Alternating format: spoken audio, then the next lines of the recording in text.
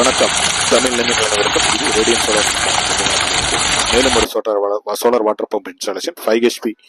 இது லொக்கேஷன் எங்கன்னு பார்த்துட்டிங்கன்னா மணப்பாறைக்கு பக்கத்தில் உள்ள முத்தாழ்வார்பட்டிங்கிற ஒரு கிராமத்தில் வந்து நம்ம இன்ஸ்டால் பண்ணி கொடுத்துருக்கோம்.